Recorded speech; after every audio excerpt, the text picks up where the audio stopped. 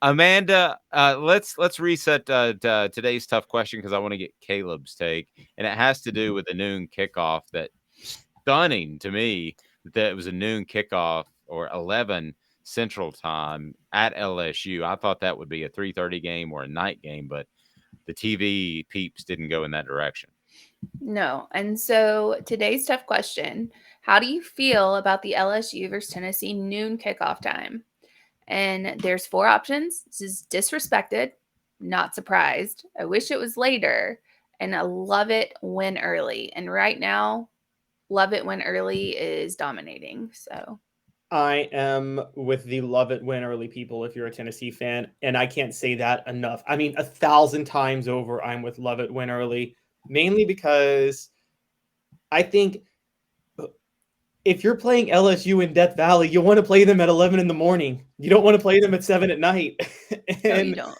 I mean, I've been to I remember I went to the about over a decade ago the Tennessee 13 men on the field fumble game that they lost to LSU, and everybody remembers how that awful play. But what people don't forget is Tennessee had no business being in that game with LSU. LSU was way better, and they just played so sluggish, so sloppy. The fans weren't really into it. It's Baton Rouge. They party hard. They're usually hungover at 11 in the morning. So Yeah, hands down. yeah.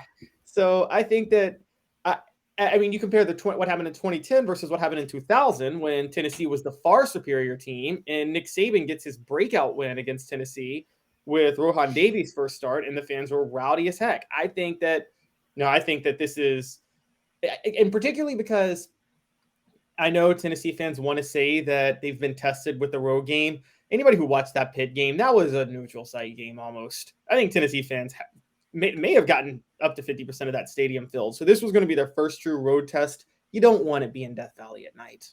No. And man, some bad things have happened down there, including the Eric Ainge bouquet toss and which he got thrown into the goalpost.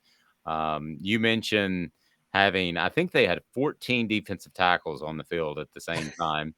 And that was the very moment that Chuck Smith essentially lost his job.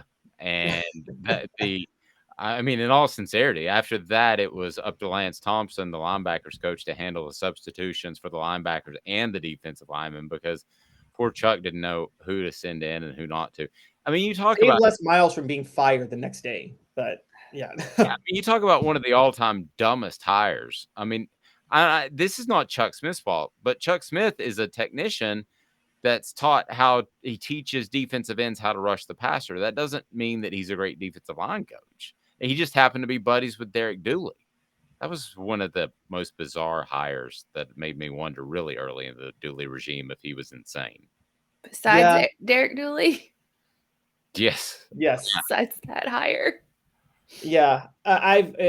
It's funny, Dave and I talked last week. I've been a little more fair to Derek Dooley than most. I get what your point is with him with recruiting, but I don't know a coach that I don't know a coach that had a worse situation to take over than Derek Dooley at Tennessee in 2010. Not just because of how bad a shape the program was in, but how good the SEC was at that particular time. I think in 2011 was the year that LSU, Alabama, and Arkansas finished 1, 2, and 3 in the country. And Tennessee just happened to draw LSU, Alabama, and Arkansas from the West that year. That was at that time where you drew 3 teams from the other division. And so and then Tyler Bray goes down, Justin Hunter goes down. But yeah, that was definitely a questionable hire, particularly in the whole and there was some confusion throughout the game because LSU kept subbing in late and Tennessee's defense wasn't getting the time that they felt they deserved to be able to sub in response. So yeah, crazy wild stuff happens there. Joe's saying that noon was inevitable. Major League Baseball playoff. CBS hasn't had UGA yet, and the Texas A&M Bama game was always going to be the evening game.